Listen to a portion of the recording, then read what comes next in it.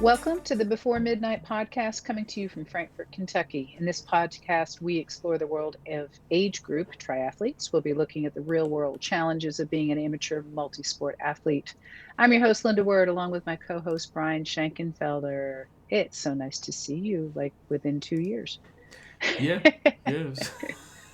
It's good to do this a little more frequently than every few A little years. more frequently. I'm really proud of us that we, step one, get back on the air. Step two, do it weekly. All right, we've done that. Yay. Little Well, goals. yeah, it's a lot easier when we don't have to be in the same physical room. Yes, yes, this is technology is a wonderful thing. Yes, very much so. Might not be as high quality recording, but I don't know. It seems to be coming out okay. All of our technical glitches seem to have worked themselves out. That's the hope. That's the hope. Cool. So we Uh, only have to regurgitate a week of our lives. What have you been in the last week? I'm still recovering from COVID. Apparently, it's not that bad, but I do see the congestion in the lungs rear its head during training. The Mm-hmm. Was it the ventricular threshold when you start breathing heavy? That happens a little bit easier. Mostly, I see it though in the pool. Efforts that wouldn't win me before now are, and that's very frustrating. I find myself doing more open turns than I would normally do to try to get a little more oxygen when I'm swimming. Interesting. Yeah, I didn't think of, I mean, I always do open turns because I can't flip turn with a flip, but But yeah, no, flip turns take a lot more oxygen. You don't get that extra breath that you do with an open turn. And huh. yeah, that oxygen deprivation occurs on me a little bit quicker right now. This happened last time I got COVID as well. Stayed with me for a Hmm. while. Hopefully, it's not going to stay with me that long this time. But we'll see. We'll Yeah. see. It is what it is. I know I've had it 4 times and I've just recently, I'm doing a whole lot more technique stuff anyway, because this is the time of year to do it. Yes. But working on not holding my breath underwater so that I can get more oxygen because I'm really bad about doing that anyway. And I've had COVID 4 times, so I need as much air as I can get. Yeah. No. Those I little mean. kids, man, they breathe on you and whew. Oh yeah. Sickness is never fun. In the recovery, at least the good news is it's January. I don't. I'm not halfway into my season, and now I'm taking a step back. So Right. it's the That's good. small things you got to be thankful for. Yeah. I'm thankful I got sick on my birthday. Oh gosh. Happy birthday to you. Yeah, no Yeah, new age group. And so, I figured I'll just give you COVID. that's Awesome. right. It's great, man. But it's been a wild week or so here. I'm still kind of processing like things like coaches retiring, like Nick Saban retired from Alabama and Belichick from, although he went on to a new job. But it's wild to see these coaches who inspired quite a bit for me retiring. It's wild, but you know, it's the aging process, right? Eventually, we all got to retire. Eventually, we're supposed to. I don't know. I don't. I Uh, don't see retirement in my future. I see it in my husband's future, but not in mine. yeah, retiring is something you have to do at some point. I assume. I think Nick Saban was what 74. I have no idea. Yeah, he's in his I 70s. can spell the word football. That's about it. I can't And I know what it imagine looks like. But that's it. working those hours into your 70s. Because, I mean, he's working 60, 70-hour weeks for Oy. 51 weeks a year. I mean, they literally only have like 1 week off a year. Wow. And it's like the Yeah. same week every year. There's like a dead period after the season and where they can't recruit, and I think that's the week they take off. Wow. That's a long time to be doing those kind of hours. Yeah. Yeah, that's what's crazy about it. But I mean, that's why he's probably one of the greatest coaches of all time because he He did it. he did it. Yeah, it's wild. And he did it well. Oh yeah, Hmm. oh yeah. Yeah, he's the guy who started the whole process thing that's taken over most sports. So now your son, is he done with, he's still doing soccer, right? Or is he's No, done he's with in soccer. basketball? He's not done with basketball. We got a game this weekend. We got games Okay. for the next couple weekends. He's got probably another 3 or 4 weeks left, and then Okay. we will transition to soccer full time because soccer's already underway. He's practicing twice a week already.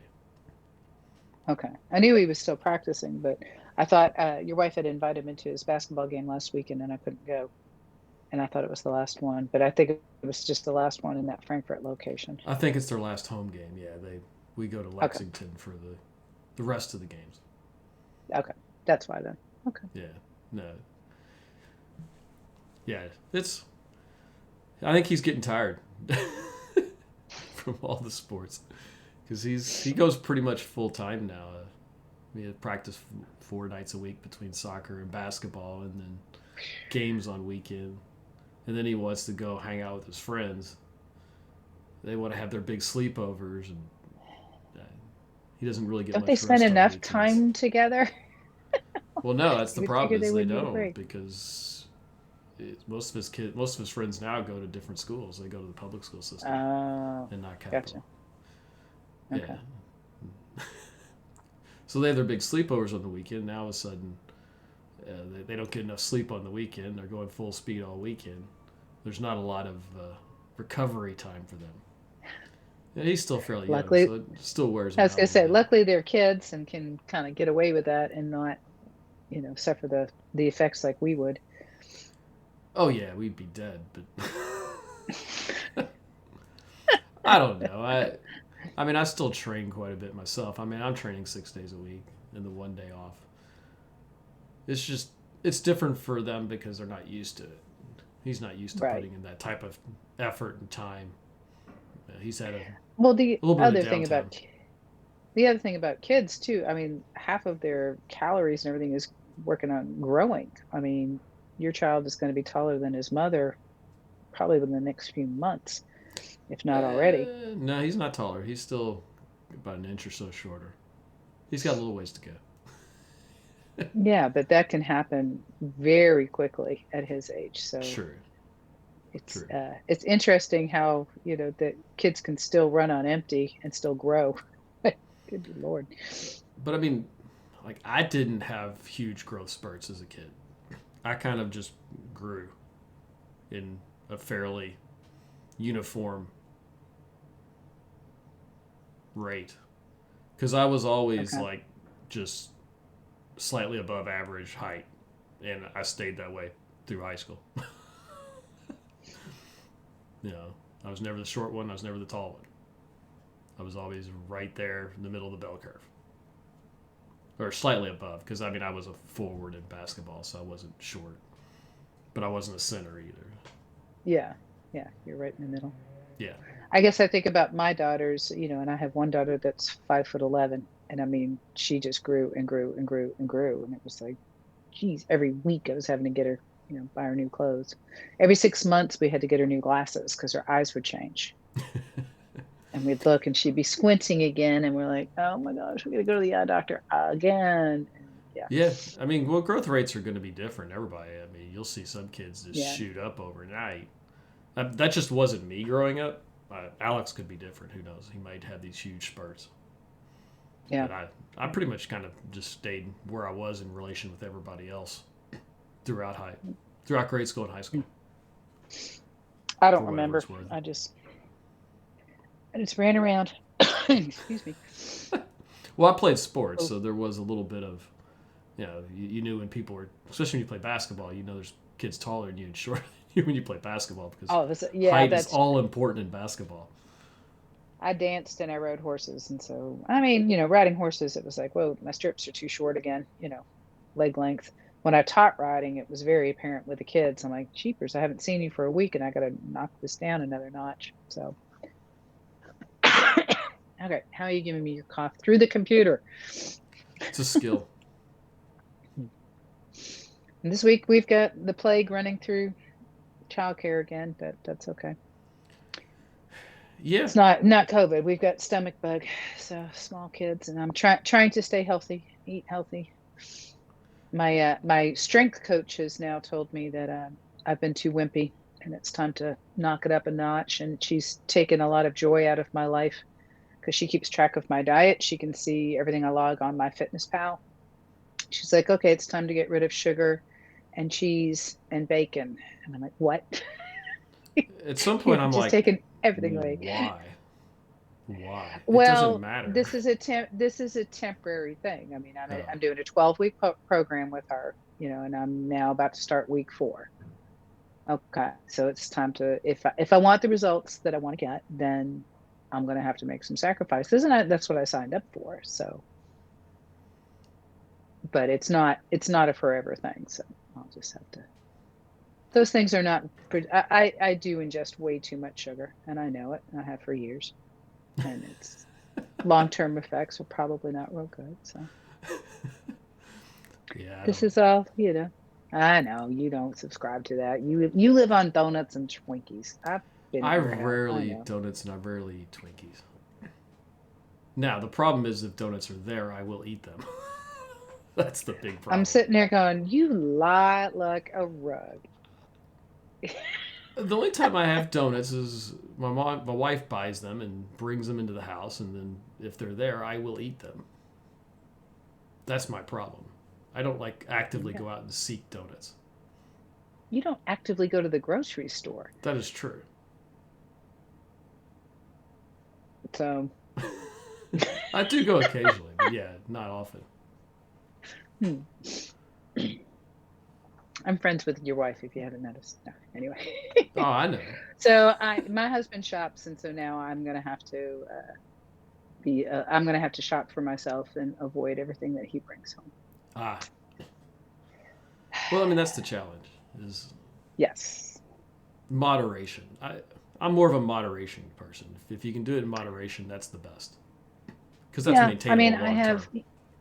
I have coffee in the morning and I put sugar in it, and I could probably reduce the amount of sugar that I put in my coffee, and that would probably not hurt me at all Yeah, or my taste buds. I can't reduce the amount of sugar I put in my coffee because I If put I do it zero to by begin like a with. half a teaspoon or something like that a day, or a week or whatever. Yeah, I just don't put sugar in my coffee. That's the easier route. Ugh, It's coffee. Tasty. It's like beer. anyway. It's an acquired taste.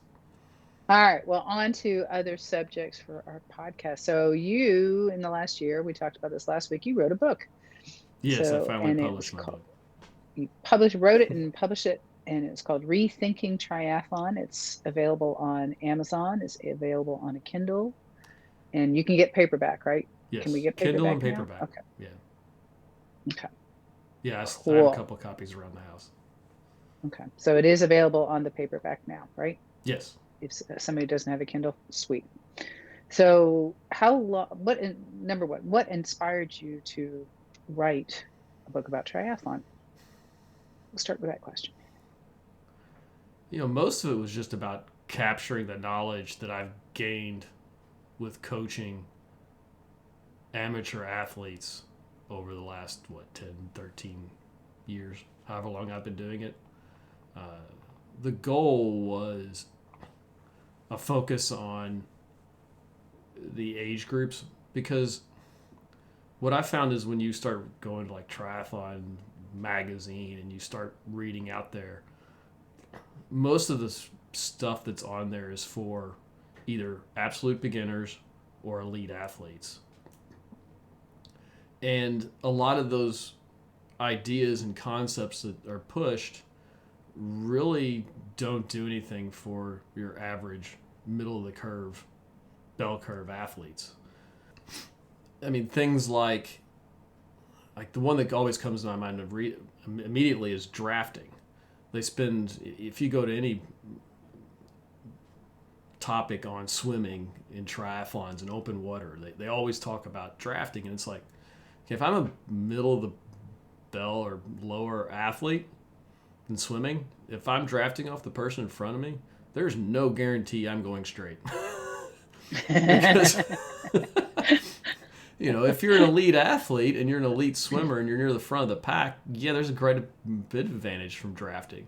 But for your average person, there's very little benefit from drafting because you don't know what that person in front of you, where they're going, if they're swimming straight.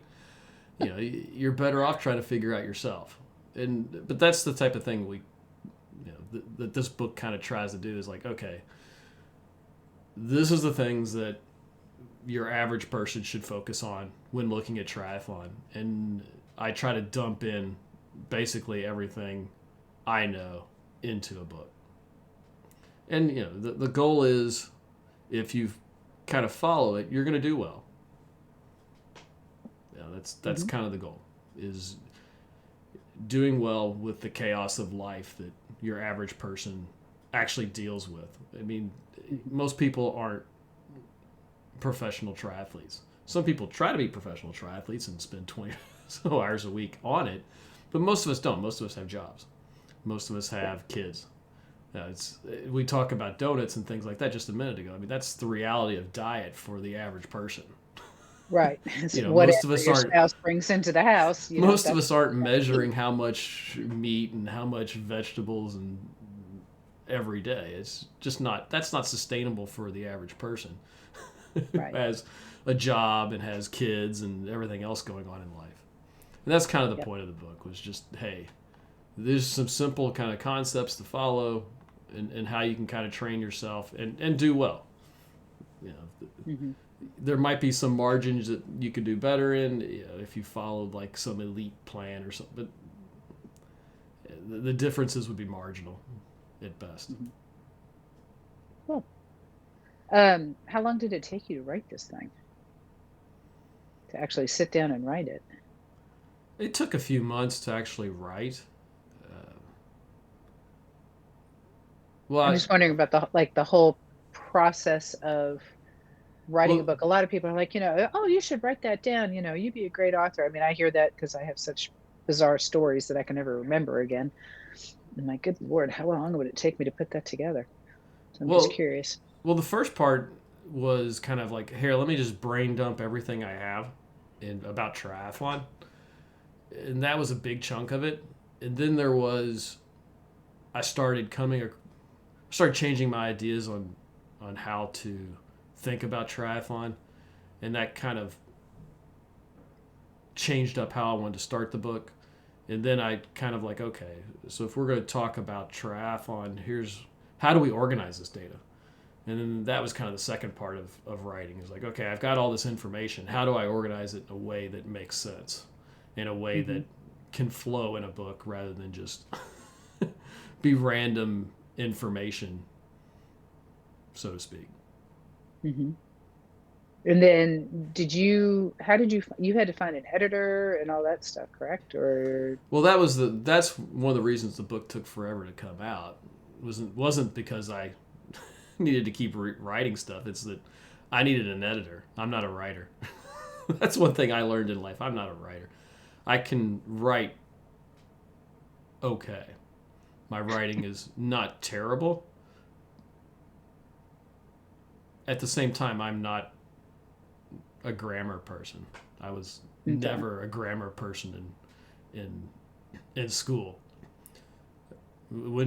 So my writing had all these switching of persons, like from you to generic athlete. I mean, it's just stuff like that when I write, it comes out. I write like I talk. And so that runs into issues of just maintaining continuity throughout 200 plus pages of a book. And that's where I needed an editor. And at first I was like trying to find people to edit it, like you, my wife, other people, and I don't have time to do those things. I'm sorry. No one really wanted to help. And that's when I wanted to help. I didn't have to. I was in grad school. I'm sorry. No, it's all good. And so then I just hired someone to do it, and that was probably a better decision anyway, because they were really good. Yeah. The book reads so much better than my writing. So when you read it, does it still sound, is that Yeah, Me? I was like, Okay. wow, this is really good. I wish I had come up with this to begin with. Well, it's just so much That's cleaner and so much more um, lucid and less rambling and just more concise. yeah. Well, I think that, if you had somebody like me or your wife do it, it's very, It wouldn't have I've been as never, good. no, I mean, it's I would have struggled to not make it be the way that I write, yeah, which is very different than the way you write, and that, because I'm not an editor. So yeah. I'm glad you found somebody that actually does that for a living. So That was a big deal. Yeah, yeah, yeah. I mean, everybody has distinctive writing styles, and it's hard. That's a talent for an editor to be able to, clean something up and make it sound like that person, not themselves or somebody else. So yeah. cool. I mean, they just made it.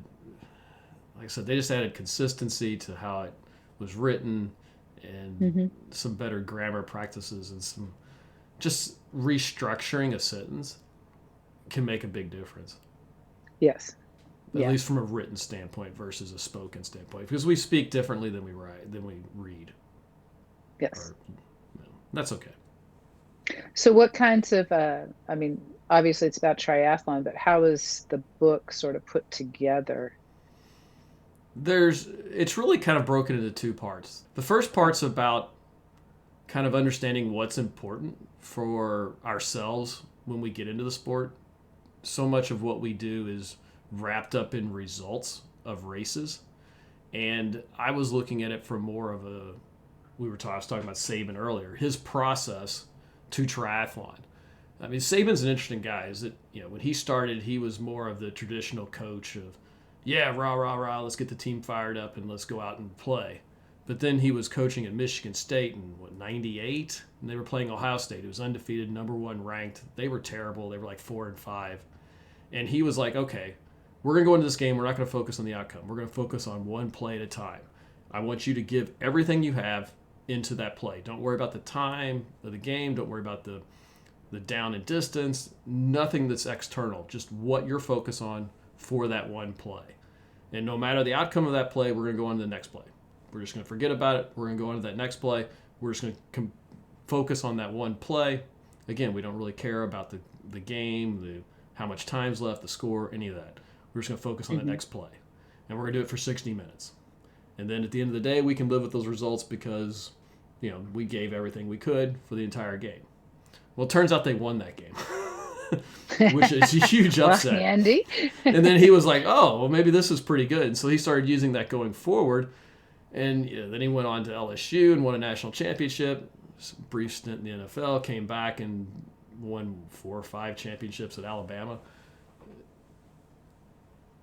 So that's kind of it. So his focus was getting the players to focus on the right things, not the results, but what it takes to get those results. That was kind The of his big process thing. more than. It's all about the process, and that's kind of what I was trying to do. The first part is that get people to think in terms of the process and not specific outcomes, because a lot of times, I mean, we use like race results as like the be all end all for sport, and it's like, okay, so we're going to use the thing that we get 3 or 4 of a year, talking about small sample sets. Yeah. So we're trying to use these small sample sets to determine whether or not we had a successful season, when we should be looking at, how are we doing in our training? That's going to Hmm. determine more of whether we're successful or not. Hmm. And so it's just kind of like focusing on what's important. Like, hey, we're not professional athletes. We don't have to worry about the results. Right. We're doing I'm this not getting because we paid. like to. Yeah, It's I'm not getting it's paid to fun, race. and you're staying fit or whatever, and it gets you out of the house, And, but not. and that's a Yeah. lot of it, is just getting people to remember why they get into these sports and not worry about actual results. Hmm. The second part of the book is kind of, I try to break down a season of triathlon with the major phases of preseason, kind of the competitive season, and then an off season. So the preseason is kind of like a build up to racing, and then the competitive season is kind of race specific work, and then the off season is the downtime you need between each season. Hmm. And so the preseason is kind of like, a look at, here are the skills we need for each sport, kind of what I how do you love go about training in the preseason? your swimming descriptions are excellent, by the Good. way. Well, I appreciate that. Yeah, that's So that was that I was sp- that was really good. I Spent a spend a lot lot of of time on time. that. Yeah, and You that can was a tell. lot of it. Is like, okay, so the preseason, this is a good time to work on technique. So I spend a lot of time talking about how to do the technique of all three sports: swimming, biking, and running. Then the second part was like the season, and now this is more like how to train specifically for a race. And this is where all the knowledge about racing got dumped into, like how to open water swim, how to do transitions. And this part of my knowledge falls into that, how to prepare for a race, how to do packing lists for a race. All that stuff fell into the season side of it. And then lastly, they had the off season, why we want to have an off season, why you really should have an off season. I know you don't want an off season, but you should probably do it anyway. And then kind of how to go about doing an off season. What are the things you can do to keep yourself busy but not continue down the road of training all the time Or and eating donuts all the overtraining, time because or you eating have donuts all teeth the time. out. True. And then I have a couple appendixes at the end that are, one is kind of like on how to create workouts. So for those who are interested in developing their own workouts, that's kind of a formulaic approach to going about creating workouts. So there's a little bit of everything in this book for people. Kind of Oh, good. a handbook for the amateur person out there who wants to train themselves and wants to do well in triathlon. Hmm. Really good. Well, I'm glad you did that. That's a big accomplishment to get it done. I know. And Yes. so now what are you going to do? You have all this spare I'm time going to now. Disney World.